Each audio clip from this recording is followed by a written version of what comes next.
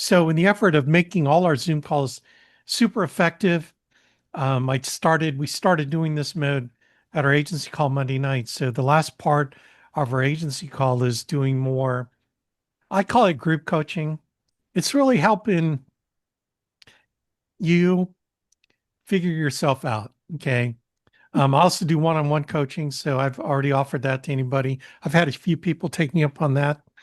And but the group coaching I think is good too, because it'll help you really figure out who you are, what you want to do, what your purpose is, and hopefully make your life more meaningful, more valuable. Um, so, we're going to take you through exercises that I would typically do with people that I coach, but doing it more in a group setting. So, you don't have to feel compelled to have to do it one on one, although there's certain advantages to doing one on one coaching, as Ben can attest to, because Ben and I had a great one on one coaching session. I think it's more the accountability thing. But, these exercises are going to be valuable for you over the course of your life to try to figure yourself out, your purpose, your mission, what you want to accomplish beyond just insurance, but in your life. So I'm going to pick up kind of where I left off. I'm going to give you an additional exercise today. So let me go ahead and share this. All right. So this is kind of a list of values. So the last time we talked, it was really kind of defining your values. What do you care about? And that's probably one of the hardest things to figure out. A lot of times your values are exemplified in what you do. So what you do is an indication of the things that you value, how much time you spend doing what you do. I mentioned that Ben and I went through a process of auditing his week with what he does. So what you do is an indicator of what you value, but also how you do what you do also is an indication of your values. And so this sample values list, which is in the handouts that I sent out with the video, because in the description, the video has all the values exercise worksheets. These are just examples, right? So you can look through here, trying to figure out, well, what's a value? Well, values aren't morals, they're not principles. As I mentioned last time, values are things that mean something to you. So when you're doing it, you feel more alive, you feel more like you're doing what your purpose is. You know, and it's really key to fulfillment is the things that you're doing, does it satisfy the values that you care about, right? So I just want to throw this up here. This is in the handout, but I just wanted to kind of give you an idea of what kinds of values, that you can choose from this list of things that you value. Like, do you value risk taking? Maybe you tend to be a risk taker, or maybe you're into empowerment, empowering others, or doing things that empower yourself, or honesty. Maybe in all you do, you crave honesty, integrity. This is that string, right? Honesty, integrity, freedom. The other words that go along with that one main value that you care about. This is a really, really good exercise to do because we're going to use that to help you with your purpose and your vision. And ultimately, it turns into mission. What is your mission? And mission are the actions you put in place in order to fulfill the vision in your life. Okay. So we're going to work towards that. We're going to work towards revealing to yourself what your vision is. We're going to do those visioning exercises. We're going to help you figure out ultimately your purpose and what the mission is you're on, and action items for you to help you. So let's kind of finish up this idea on values and move into the next section. And that's the idea of fulfillment, coaching fulfillment, how to really help you understand what is fulfillment in your own life. The thing about fulfillment of the things you care about can change over time. Your fulfillment of your values and things you desire was different when you were 20 versus when you're 40, okay, or 60. It changes over time. So the real idea that in figuring this out is, what does this mean to you now, today? Maybe it's changed. So I think sometimes we need to realize what I valued before is different than what I value today. What fulfills me before may not fulfill me today. So what is it that allows me to live a life of fulfillment today? So let's kind of talk about some of these things these are more related to how you think about these concepts. Okay. So I'm going to kind of guide you and maybe educate you a little bit, define terms, right? One, okay. So this is really kind of the first exercise, right? One of the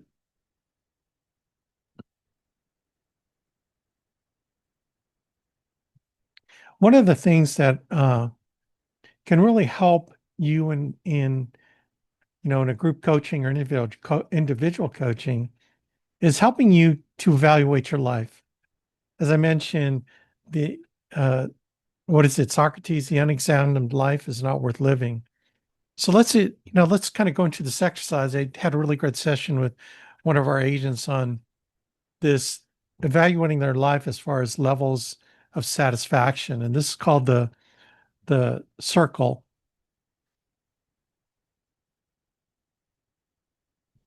I can get the animation to work. This is called the wheel of life, right? So this is how you measure your satisfaction. And this is split out into 8 sections. These sections are probably the most popular sections for most people. But what you need to do is adjust it for yourself. And when I send you the handout, it'll be blank for you to fill in what these, 8 sections are. Maybe you want to add a section or delete a section. It's up to you. But it's a way for you to evaluate different aspects of your life. What makes you who you are, right? So you can see here, starting really at the top left, your physical environment. Are you happy about your physical, about where you live, the apartment you're living in, the town you live in, the city you live in, etc. Your environment. You live in a good side of town, bad side of town. Are you happy about where you live, your environment? Okay. The next one, and I'm going to go clockwise. Okay. The next section is career. You can call this career, job, whatever. You can call this the business. You can split this in 2 sections. Let's say you still have a job, but then the next section is the insurance business, right? Again, it could be whatever you define it to be, to evaluate. The next section is family and friends, your relationships with your family and friends, or you can um, split that out to family and then friends. Next one is significant other, your romantic relationship with the person that is your mate. Like if you're married, then your spouse. If you're not married, your significant other, you know, uh, that sort of thing, your romantic life, companionship. The next section is fun and recreation. What do you do for fun and recreation? What recreates you? What types of things? And I love that idea of recreation, to create newness within you. What are you doing to take breaks? What are you doing to go on vacation, to chill out, to, recreate you for fun? Health, what are you doing for your health?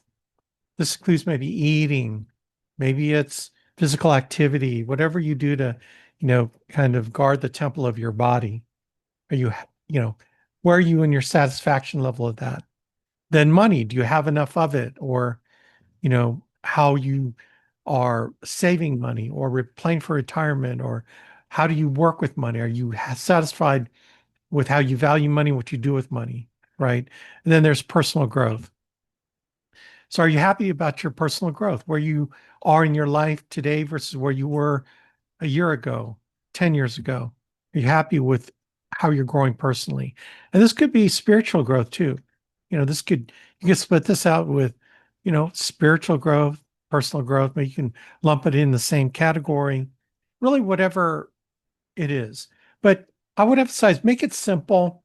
The categories are like, because you start stratifying with, 15 different things, it's going to be hard for you to, you know, really figure it out. And so I would just kind of consolidate, make it simple. And then what you want to do is rate your level of satisfaction in these areas of your life from 0, which is the center of the circle, out to 10. 10, you're fully satisfied with that area in your life. It's thriving for you. You're getting a lot of satisfaction, fulfillment out of what you're doing. You've totally maxed it out. Okay. And then everything in between is I'm satisfied up until this point, like I'm a level 5. And so think of it this way, I am satisfied, but I know that there's more for me to get to full satisfaction. So you're not totally satisfied, but there's more there. And so rate yourself, you know, there in these areas. And then what you do is you connect the lines so you create an inner wheel. So if you're fully satisfied in all these 8 areas, then you have a perfect wheel that turns and runs smoothly on the road. But we all know that our lives are not perfect, right? Me too. And so, think of it like this, that, some areas you're a 1 or 2, and some areas you're a 7 or 8, whatever it is, but it's kind of a rough wheel when you're trying to, you know, kind of make your way down the road. So, so the value of this exercise is for you to spend time. If you like to journal, sometimes journaling why you rate yourself at a 4 in this particular area, or why you rate yourself at a 2 or a 0 or a 10, right? Or a 10. You're fully satisfied with that part of your life. Okay. If you journal, it's a good thing to journal. If you don't journal, that's okay. Only you can figure this out. This is your exercise to do. Because where we're going to get to, and again, this is a group coaching, but if I were doing one-on-one, is let's determine, number one, what are the most important to you? In other words, part of this exercise, I'm kind of going a little bit ahead, getting ahead, but I just want you to kind of see down the road that if you can make a change in any of these areas, what change would be the most impactful in your life? So, rate them from top to bottom. This is the highest priority. Like, for example, if I can get my personal growth maxed out and worked on, that's going to be the most impactful, because sometimes that personal growth will affect all the other areas. Like, you work on your personal growth, or it could be spiritual growth, that's going to impact your career, impact your money, impact your health. It could even impact your relationship with your significant other. It could have far reaching impacts. So, from top to bottom. And then as we, one on one or in a group, we look at that number one thing. Okay, what would it take to be fulfilled? What are you missing? What actions can we put in place to help you move towards fulfillment? And again, only you can determine that. And I can help you with the actions it would take to get there, right? We can brainstorm, you're going to come up with them because you're the one that knows what you need to do. I can provide you maybe some clarity, some insight, kind of clear a little bit of the smoke so you can like see, oh, okay, well, this would be able to help me get to that 10 that I'm striving for, right? So the handout that I'll send out in the video, you'll have the download link. It's going to give you this example so you can kind of see it, but then also it'll give you a blank one for you to kind of work it out for yourself. So in this whole idea of coaching fulfillment, getting an idea of your level of satisfaction is going to be super important, to determine if you're satisfied with your life. Are you going the direction you want to go? Look, Maybe you're very low in all the areas. Okay, cool. You know, no judgment, right? My job is not to judge. My job is to help you expand that outward towards where you're fully satisfied with your life. You get up every morning and you're fired up to be alive. Doesn't mean it's going to take challenges away. In fact, trying to work on moving towards fulfillment is going to be a challenge in of itself. And it's going to be require you to get out of your comfort zone, which isn't a lot of fun, right? Sometimes it can really be painful. Okay. So I totally recognize that, but it's a good kind of pain. It's a pain that we all have to go through if we're looking to change and grow to achieve, you know, just a complete life, right? Where at the end of the day, man, you gave it all you had, right? And that's really what we want to get you towards and that idea of fulfillment. So going back to values, what values will do for you, again, please do the exercise. It'll be very important. It will help you determine the rightness of your choices, right? And in other words, when you have a choice of direction that you're trying to make in your life, again, determining the fulfillment, that gap you're trying to fill, your choices in how to fill that gap will be should be determined and guided by what you value, right?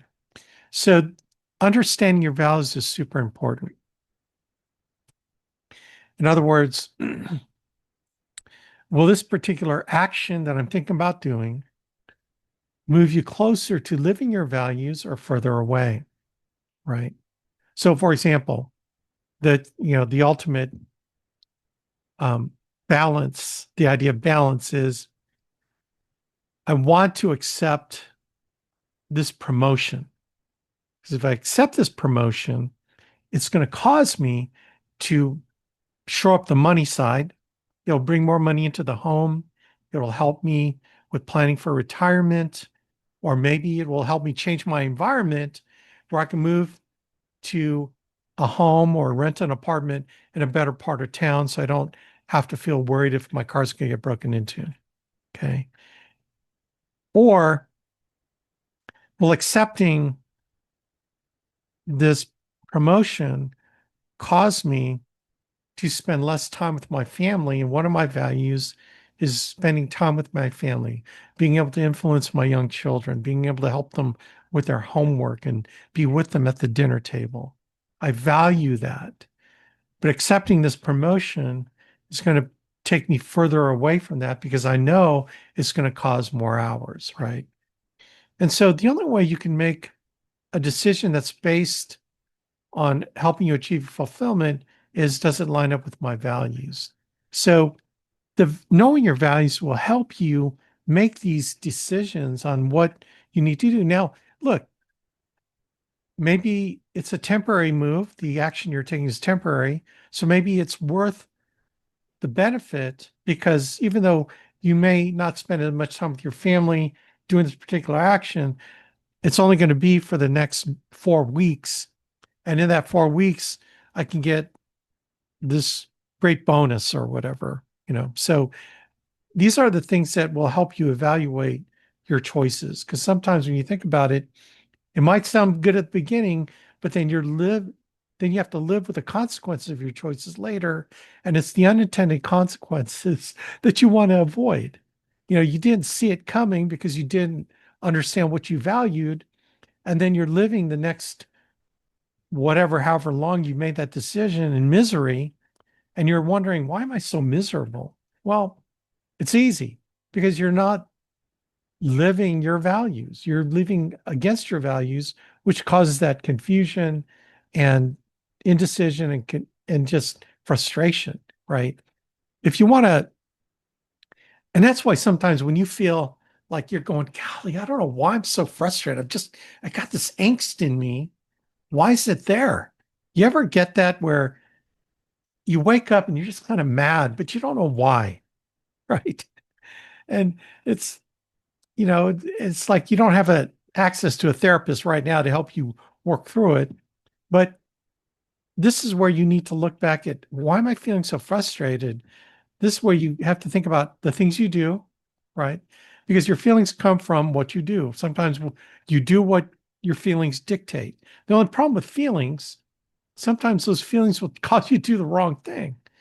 So unless you understand your values, then you don't know why you're having these feelings, which cause you to do the wrong thing. So that's why, again, that frustration is coming from somewhere, and it's typically because you're not fulfilling the values in your life. If you make this decision, what values will be present? So that's another way to look at making a choice or making a decision is how is this choice going to feed the things that I love and enjoy and that I care about, right? How will this course of action honor my top 10 values and to what extent? Look, again, I don't want you to like create a list of 50 values, okay? Because that's not helpful. Okay.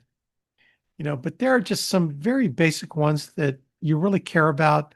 10 sounds kind of like a lot, but you could flesh it out.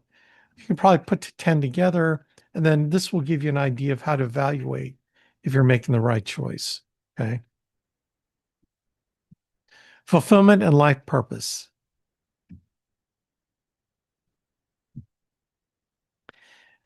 Again, this is going to give you insight by answering these questions. This will help us help you find your purpose. Now, ultimately, we want to know why we were put on this earth. Like two significant events in your life, why you were born or when you were born and when you figured out why you were born, right? Your purpose in life. And fulfillment goes hand in hand with purpose. If you know your purpose, then what you do that lines up with your purpose will lead you towards fulfillment. So some questions to really guide you with this thought of, am I living my life's purpose, is thinking, again, these are journaling type of questions. What is my unique contribution to my family, my work, and my community? Unique meaning, while other people might be doing the same thing, what do I bring to the table that's unique to me? Right. Well, number one, you bring the uniqueness of you to the table because no one can be you. And that's the beauty of this, right? Because you realize because you're you, God made you to be you so that you can give the gifts he's given you out to the world, right? Because only you can in your manner, right? In the talents he's given in your personality. You are totally unique for a reason. And that's a good thing. What is my unique contribution to my family, my work, and my community?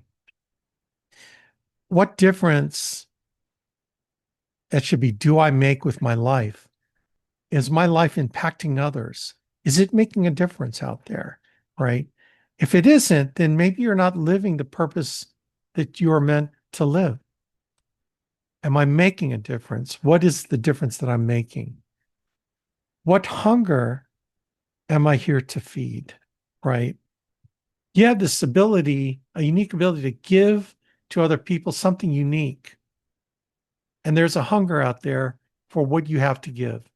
We all, we were made for reason. And this is the whole idea of purpose is that you were made to fulfill your purpose to feed other people what they're hungry for. How you can fulfill what it is they're hungry for in their lives, right? You are giving them exactly what they need to become better, to make a difference, right?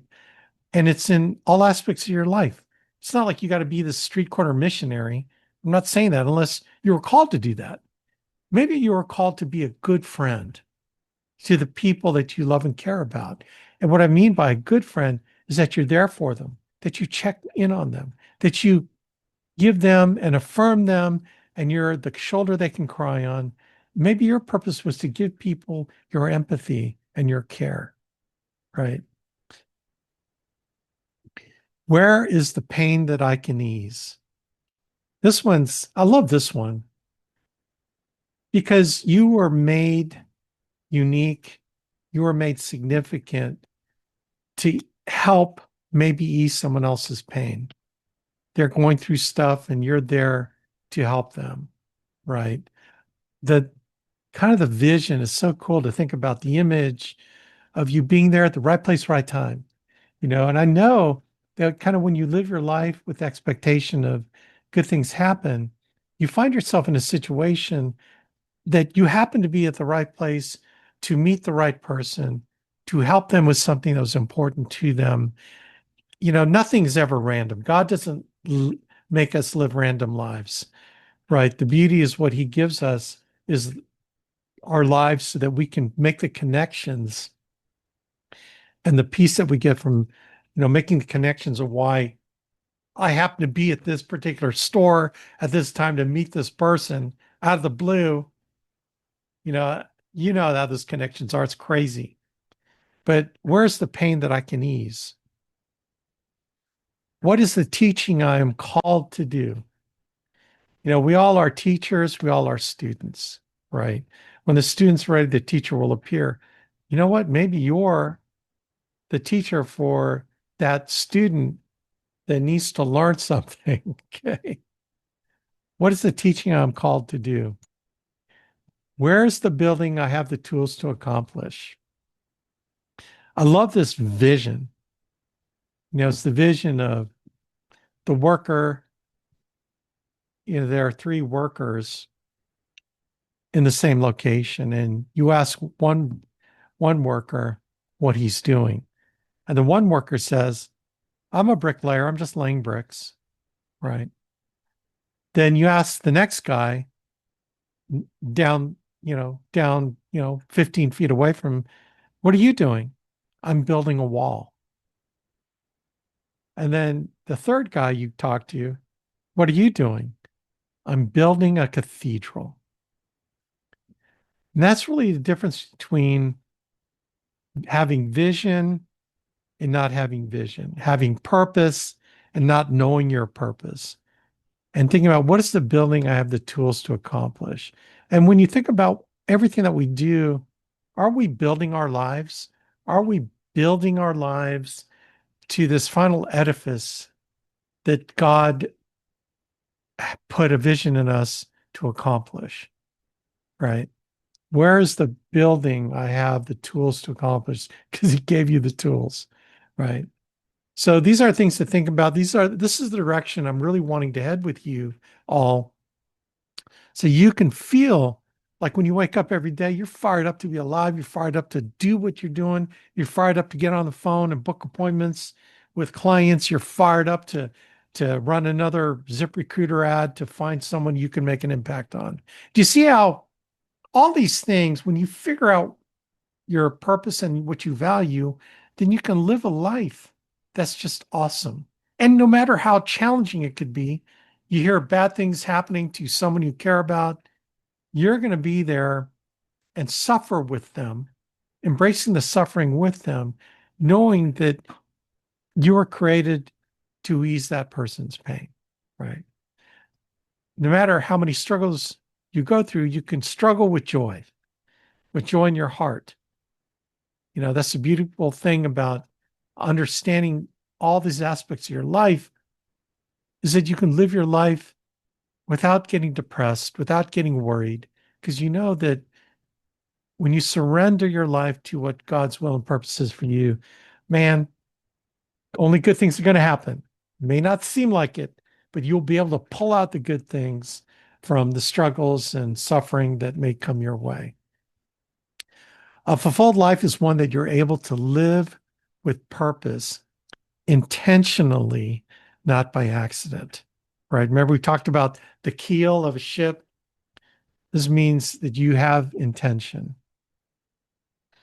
So when you don't understand your values, your purpose, you don't have a mission, you don't have a vision, then you live a life of dissonance. So this is kind of the thing that St. Paul said. He goes, why do I do the things I don't want to do?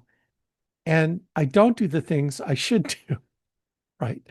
And his frustration is, it's like, why do I sin? I shouldn't, but I do. So the same kind of thing. Why don't we honor our values all the time? Okay. And so here are some of the obstacles you run into. Fear is stronger than our desire for fulfillment. Fear. Fear is stronger than our desire for fulfillment.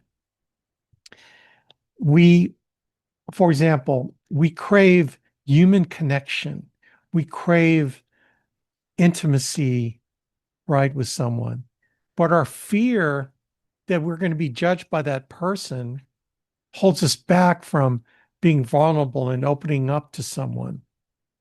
And that fear of intimacy, that fear of vulnerability, that fear of what are they going to think of me gets in the way of connection, right? Those are the kind of fears we're talking about. At least it's self-sabotage. How many times have you sabotaged your happiness, right? When things were going good, then all of a sudden it's like you do something stupid because you weren't ready to accept that. You weren't feeling worthy of that. It's like a person that is mentally incapable of.